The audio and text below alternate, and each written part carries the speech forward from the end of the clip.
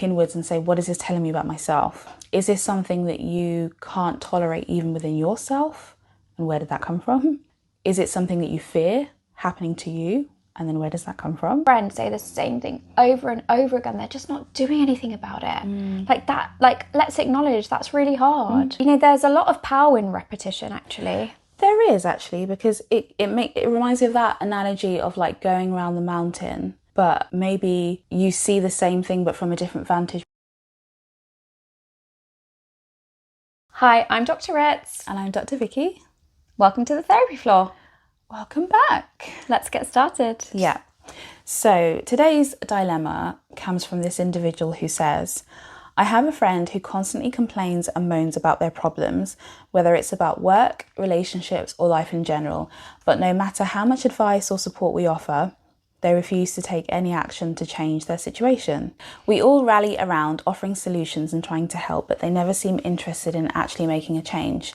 It's starting to drain me as I feel like I'm putting in a lot of emotional energy without seeing any progress or effort from them. I'm torn between wanting to be supportive and feeling frustrated by their unwillingness to do anything about the issues they keep bringing up. I think this is a really common and interesting one, and there's so many things going on here. So you can look at it, let's look at it from the perspective of the person that this person is presenting. To me, that looks like a typical presentation of depression. Now, depression can be high functioning, it can be low functioning. So sometimes we often think of people as depressed like they just can't get out of bed. Yeah. And that is a part of it, but you can also have people that are depressed that live these lives, but still they don't really see any value, any joy, any purpose in the things that they're doing. So often when you have somebody who's presenting with depression, the people surround them feel energized to get that person energized and to get that person moving. And it sounds like this is what this person is doing. It's like, I need to give all these solutions because this person can't think of the solutions. And this is what you can do to feel better, make your life better. Try this, try that, try this, try that.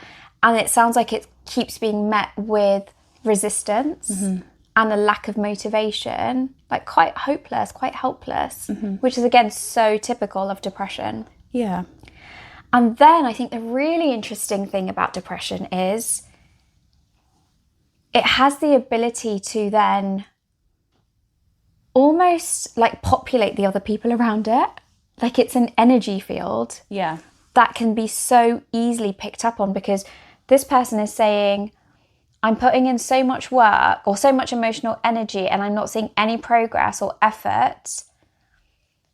And I want to be supportive, but I'm feeling so frustrated. I wonder if how your friend is feeling. Yeah. Now, the reason I say that is when somebody has presented with depression in my therapy room, and probably in the future when they will present with depression in my therapy room, 100% I have felt how this person feels, because it manifests between the two of you. The feelings that they're carrying, that real heavy burden, it's so easy for that to become then projected into the other person or the vessel. You know, like we've talked about in psychodynamic psychotherapy, we become vessels for other people. And then you carry it and you feel so hopeless and frustrated and empty and I just want to give up. Yeah. I don't know what else to do. And we can come on to talking about how we might deal with that in therapy, but I'm wondering what you're feeling. I'm kind of wondering what your friend is asking for. I'm wondering, what is your friend asking for? And you've kind of taken up the position, as Ritz, you were rightly saying, you know, when people are depressed, we want to shift their energy. So we want to bring the motivation, the hope.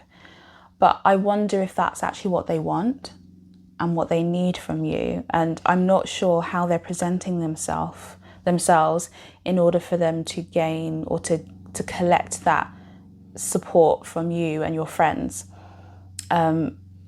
And I'm wondering actually whether it sounds like there is a little bit of a judgment here about what they're doing, which is they refuse to take any action.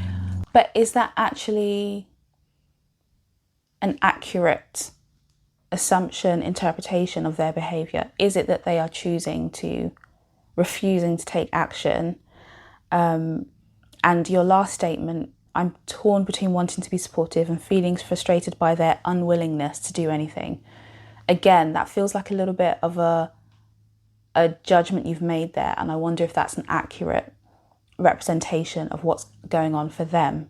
So I'm curious about your role here in taking up the baton to chivvy them along.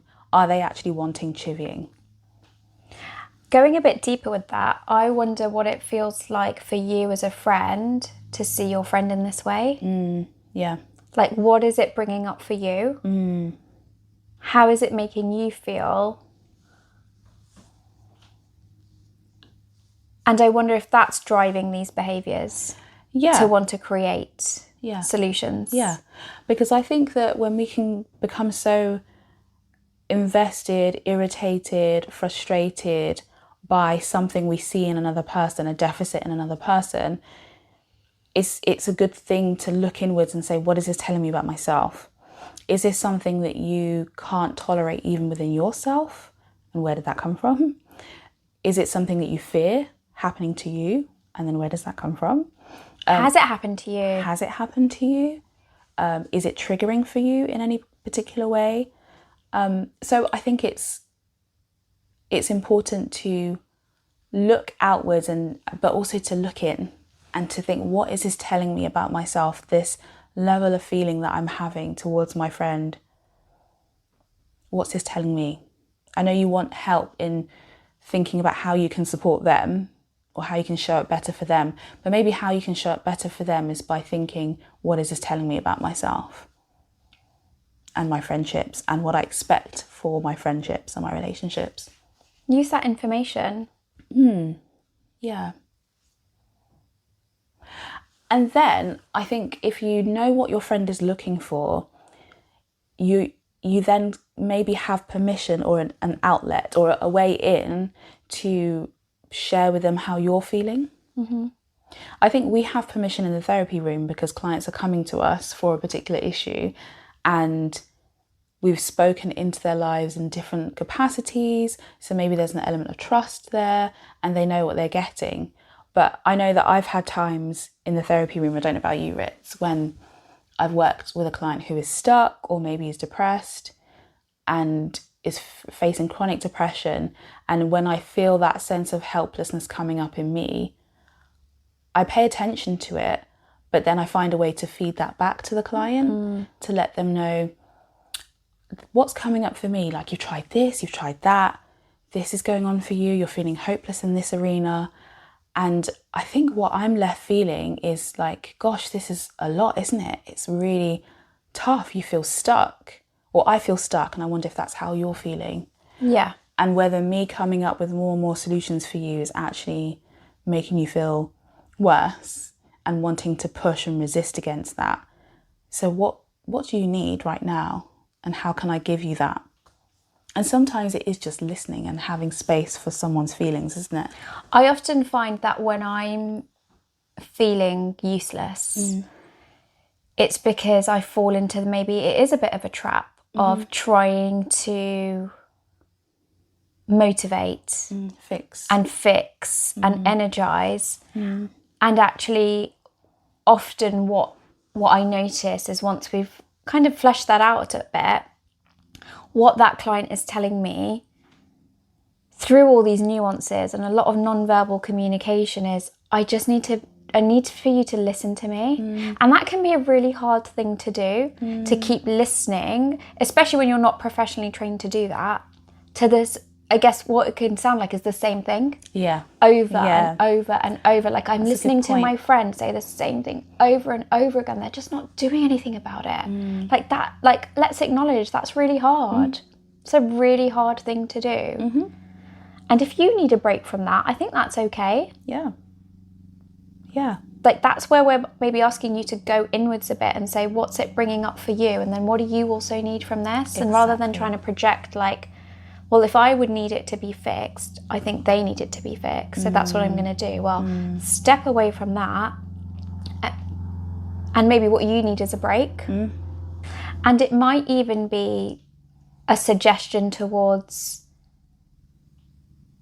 you know, when I see you in this way and I feel so helpless and I want to fix it for you, and I don't think that's what you really need at the moment. I don't know whether like bringing it to me is the best thing to do, because I want to help you so much, and maybe you need a professional to support you through that. So maybe just even encouraging this person to try therapy if they haven't, because like coming back to it, it is a real professional skill to sit and to listen. And I know people in the past have asked me like, well, how do you know how long you listen to it for? And my response to that has always been, they'll just stop talking about it when they don't need to bring it up anymore or to talk about it. Or when they come back and say, this week I actually did this. Like they don't need to go over it. Because on the outset, it might look like they're just going over the same thing. But I wonder if actually what other people aren't seeing is by going over it and over it and over it, like there's this more internal reflection going on. Yeah, there's more processing going on. There's more processing going on. It reminds me of when I used to deliver this, when I used to work in an inpatient hospital and I used to deliver an emotional regulation workshop. Yeah. And I did the same workshop every Friday. And it would be interesting to see, like, people kept coming back to that workshop, even though they'd already been to it. And the feedback was, I learned something new this time. Even though you said the exact same thing you said last week, I took something else away. Yeah, yeah. So, you know, there's a lot of power in repetition, actually. There is, actually, because it reminds me of that analogy of like going around the mountain, but maybe you see the same thing but from a different vantage point. If you're higher up the mountain, if you're further down, you're still seeing the same thing. You're still coming back to that same space, but something is changing, or that your perception of that situation is changing, or your processing has changed. Or maybe on your way round back the mountain, you've experienced something that has enabled you to reflect on it in a different way or uncover a different layer. So yeah, I think there is a huge benefit in repetition. But it's also okay if you know that you can't handle that you also look out after yourself. And if it's starting to drain you, tap into what you need. It doesn't mean that you're a bad friend and that you can't be supportive, but at least you know for yourself what your capacity is. I love that you acknowledge that this person isn't a bad friend, because they don't have the capacity to do that.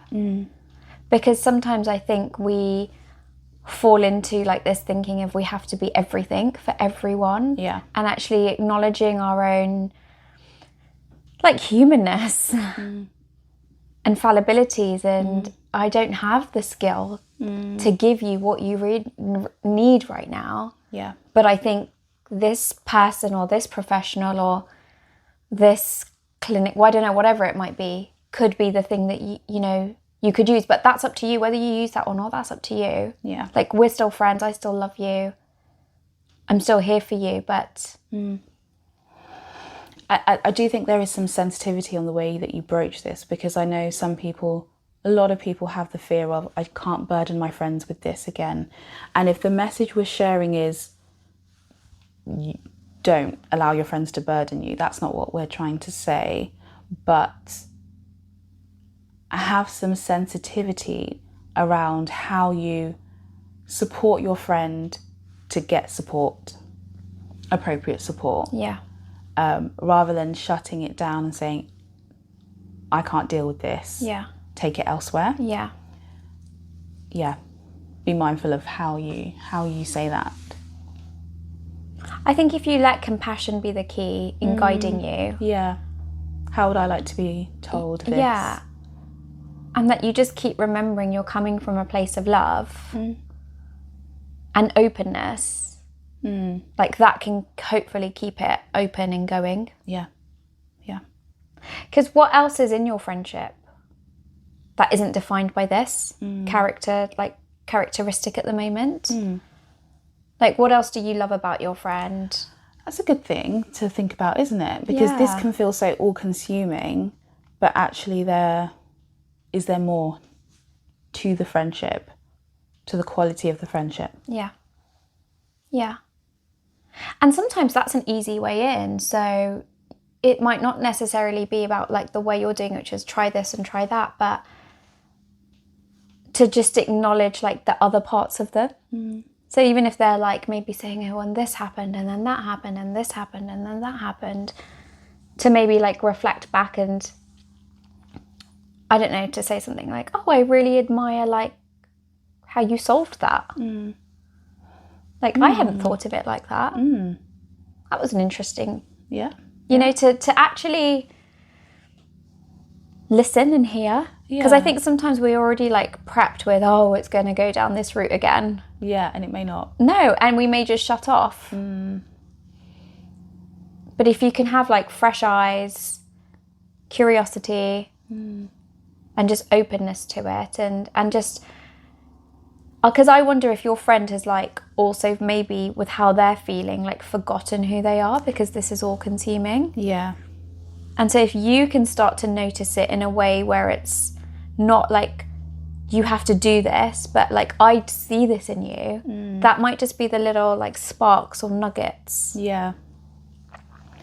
And I also want to come back and actually validate how you may be feeling, even though I'm putting it to you as though you may be making a judgment.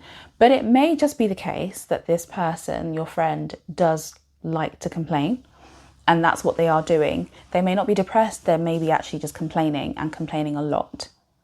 And I want to validate how frustrating that can feel.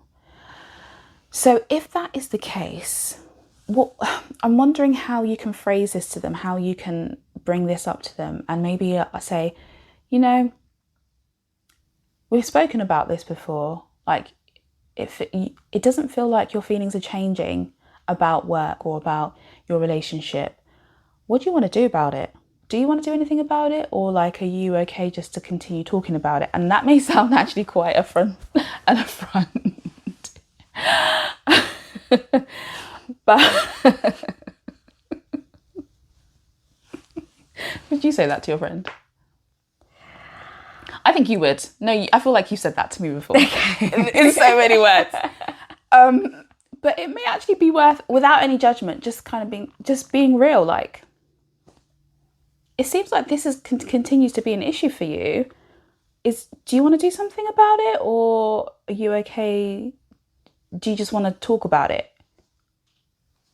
You're giving them the responsibility back. Yeah. Aren't you? To make a choice then. Yeah. Yeah. Which may feel a bit jarring, but that's also a possibility. Yeah. That they actually may find comfort in complaining, and maybe they're afraid of making a change. And it's coming across in this way. Yeah, see, I'm going to challenge that a little bit, because I still think like the complaining it's a symptom of something deeper. Yeah. So I do think it might not be like full on depression, but I think there's an unhappiness there. Oh, sure. Like someone who is always like complaining. For sure.